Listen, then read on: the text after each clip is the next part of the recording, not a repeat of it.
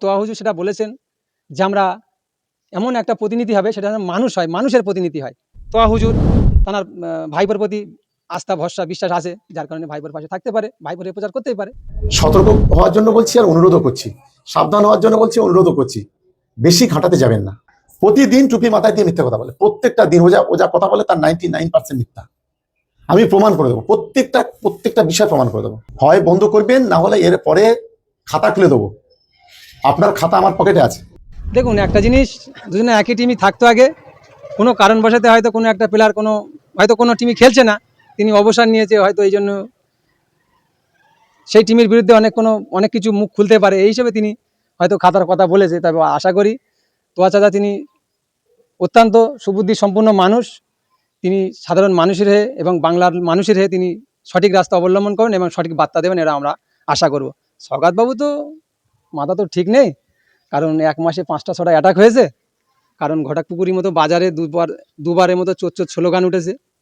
তারপরে কোনো এক মহিলা তাকে নানান রকম ভাষায় কথা বলেছে, তারপরে আমাদের বড় ভাইজান তিনি ঘটাকপুকুরে এসেছিলেন, তেনাকে একটা ভালো কথাই বলে গিয়েছে। অতএব ওতে কোনো রাগার কোনো দরকার নেই, কারণ 2021 সালে যখন বিধানসভার ভোট হয়, তখন সময়টা ছিল রোজার সময়, তিনি একাধিক ঘর বাড়ি এবং লুটপাট করেছে, তখন কিন্তু কোনো মানুষ কথা বলেনি। এই জন্য বড় ভাইজান তিনি তাকে হয়তো তার নামের কুকুর বলেছে, তাতে ওনার মাথা ঠিক নেই, হয়তো উল্টোপাল্টা বলতে পারে। এখন ভাইজানের কাছে পেরে উঠতে পারছে না বলে ভাইজানকে সাপোর্ট করছে ভাইজানের চাচা, সেই জন্য হয়তো আমাদের তোয়া চাচা তোয়া হুজুরির এ কথা বলছে যে আমি খাতা খুলে দেব। দেখুন একটা জিনিস, আমাদের বর্তমান যত সরকার পশ্চিমবঙ্গে এসেছে, যখনই ফুরফুরা শরীফ থেকে পীরজাদারা পীর সাহেবরা যখনই যে দলের প্রতি টার্গেট করেছে, সেই দলটাকে যতক্ষণ পর্যন্ত ডাস্টবিন জাত না করে ততক্ষণ পর্যন্ত তারা ছাড়িনি। অতএব যেভাবে এই রাজ্য সরকারের পিছনে ফুরফুরা শরীফ থেকে যেভাবে পিছে তাড়া করা শুরু করেছে, আশা করি শেষ পর্যন্ত দেখে ছাড়বে, এটা আমরা আশা করি। চাচা ভাইপো তো একটা ব্যাপার, সর্বপ্রথম পশ্চিমবঙ্গের কোনো মানুষ এখনও নওশাদ সিদ্দিকী ভাইজানের বিরুদ্ধে একটা কোনো বাজে কথা বলার সাহস পায়নি। যদিও ভাইজান আমাদের ভাঙড় বিধানসভার বিধায়ক মোহাম্মদ নওশাদ সিদ্দিকী মহাশয়, তিনি সবসময় সৌজন্যতার কথা বলেন, তিনি শিক্ষা স্বাস্থ্য কর্মসংস্থানের কথা বলেন, তিনি সাধারণ মানুষের কথা বলেন, পিছিয়ে পড়া মানুষের কথা বলেন, দলিত আদিবাসী সর্বধর্মের মানুষের হয়ে তিনি কথা বলেন। অতএব চাচা তো থাকবেই পাশে, এবং পশ্চিমবঙ্গের মানুষ তার পাশে আছে।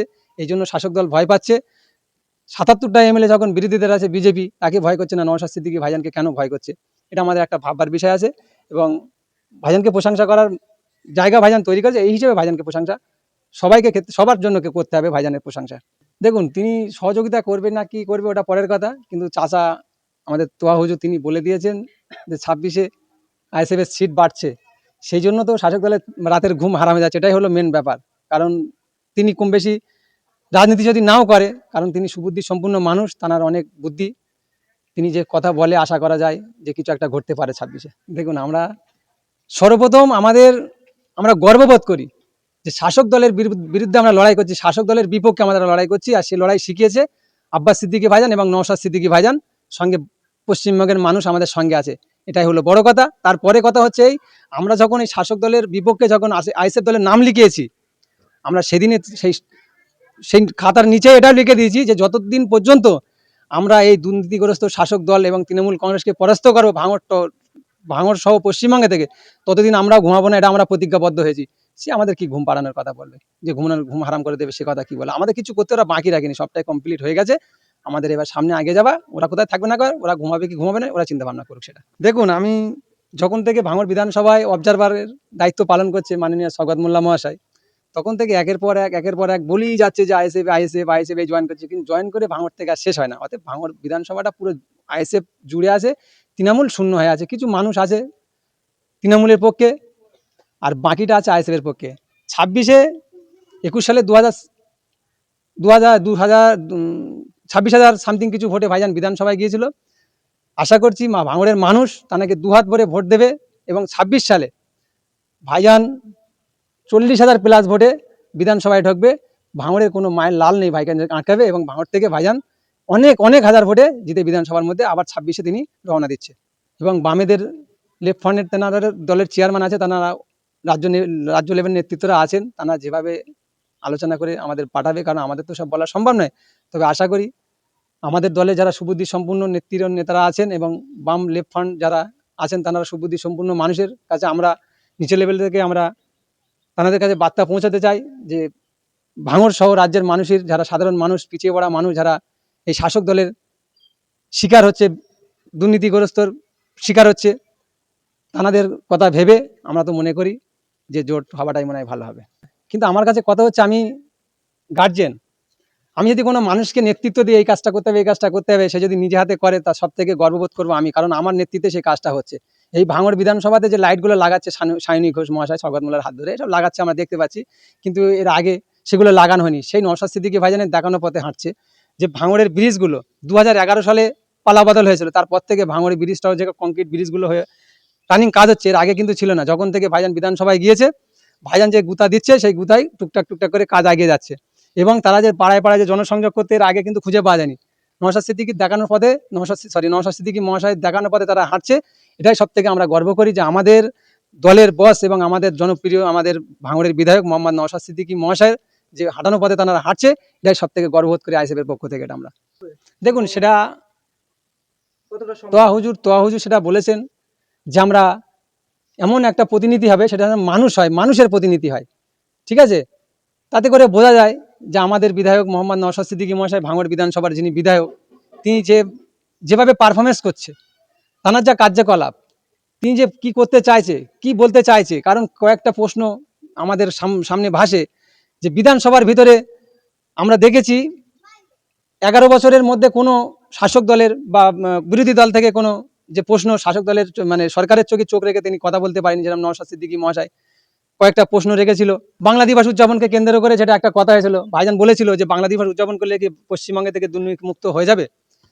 তারপর প্রশ্ন করেছে এই বাংলা দিবস উদযাপন করলে কি ওয়াকফ প্রপার্টি উদ্ধার হবে। তারপরের প্রশ্ন ছিল কি এই বাংলা দিবস উদযাপন করলে কি দেবত্ব সম্পত্তি উদ্ধার হবে। তারপরের প্রশ্ন ছিল কি এই বাংলা দিবস উদযাপন করলে যে সরকারি কর্মচারীরা কেন্দ্র সব হারে ডিএ পেয়ে যাবে। প্রশ্ন ভাইজান বলছে প্রশ্ন থেকে যাচ্ছে যে এইটা বাংলা দিবস উদযাপন করলে যে রিফিউজি ল্যান্ড উদ্ধার হয়ে যাবে। সর্বোপরি শেষ কথা ভাইজান বলেছিলেন এই বাংলা দিবস উদযাপন করলে যে 8,000 মতো স্কুল পশ্চিমবঙ্গে বন্ধ হতে চলেছে এবং পশ্চিমবঙ্গের বাচ্চারা যে শিক্ষা পুষ্টির অভাবে ভুগছে তার থেকে কি মুক্তি পাবে। ভাইজান বলেছিল যে আশা করি মাননীয় জয় ভাষায় তাদের উত্তর দেবে। এইসব প্রশ্ন যখন বিধানসভার ভিতরে করছে, আশা করি আমাদের তোয়া হুজুর তার ভাইপোর প্রতি আস্থা ভরসা বিশ্বাস আছে, যার কারণে ভাইপোর পাশে থাকতে পারে, ভাইপোর প্রচার করতেই পারে। আমরা আশা করতেই পারি, এটা আশা। তিনি যদি ভাইজানে তিনি তো বলেছেন যে আমরা এমএলএ দেখতে চাই, এমপি দেখতে চাই, মানুষের হয়ে যিনি কাজ করবেন সেরকম এমএলএ দেখতে চাই। অতএব যারা মানুষের কাজ করবে না সেরকম এমএলএ আমি দেখতে চাই। এতে করে বোঝায় যে হ্যাঁ তার ভাইপো সঠিক রাস্তা অবলম্বন করছে, সেই হিসেবে তার পাশে থাকতে পারে মানুষ। 21 সালে সংযুক্ত মোর্চার তথা আইএসএফ এর বিধায়ক মোহাম্মদ নওশাদ সিদ্দিকী মহাশয়কে ভাঙড়ের মানুষ ভোট দিয়েছিল।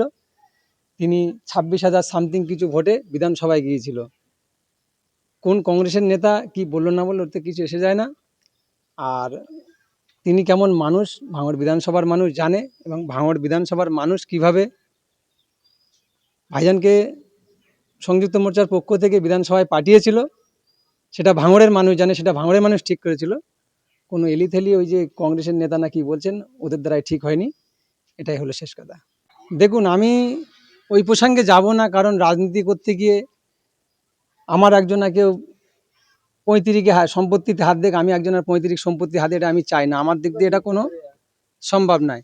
কারণ আমি একটা কথা সর্বপ্রথম বলতে চাইছি যে আমাদের কোনো এক আইএসএফ এর মহিলা, মানে আমাদের দলের কোনো একটা সদস্যা, মহিলা সদস্যা কোনো কারণবশতে বাপিদার উল্টোপাল্টা কিছু বলেছে, কিন্তু বাপিদা সেটা শোনার পরে সঙ্গে সঙ্গে কাশীপুর থানাতে তিনি মানহানি মামলা করেছে। তারপরে দেখলাম কি মানহানি মামলা করার পরেও বাপিদা ফোনে আমাদের ওই আইএসএফের যিনি একজন নেত্রী সদস্যা তানাকে যে ফোনে হুমকি দিয়েছে, এটা শুধু প্রশাসনের, আমরা সর্বপ্রথম আমি বলতে চাইছি যে প্রশাসনের কাছে আমরা একটা আস্থা রাখছি, মানে ভরসা রাখছি। কি করে রাখবো, যে প্রশাসনের কাছে যখন বিচারটা চলে গেছে তারপরেও সে ফোনে হুমকি দেয় কি করে। এক্ষেত্রে করে বোঝা যায় যে বর্তমান শাসক দলের যারা ছত্র ছায়া আছে, শাসক দলের যারা নেতৃত্ব দিচ্ছে, তারা সাধারণ মানুষকে মানছে না এবং আইন ব্যবস্থার প্রতি তাদের কোনো ভরসা নেই, আইন ব্যবস্থার প্রতি তারা কোনো বিশ্বাস রাখে না। তা না হলে কোনোদিনই যখন আইনের পথে চলে, যখন তিনি মানহানির মামলা করেছে, তাহলে আইন সেটা আইনে বুঝবে। তারপরেও তিনি ফোনে তারে হুমকি দিচ্ছে। অতএব এইসব কথা বলে কোনো লাভ হবে না। আর তিনি কি বললেন না বলে ওসব আমরা কিছু কোনো পড়া করি না। আমার নাম সাজ্জাদ মোল্লা, আমি শানপুকুর অঞ্চলের একজন সক্রিয় আইএসএফের কর্মী।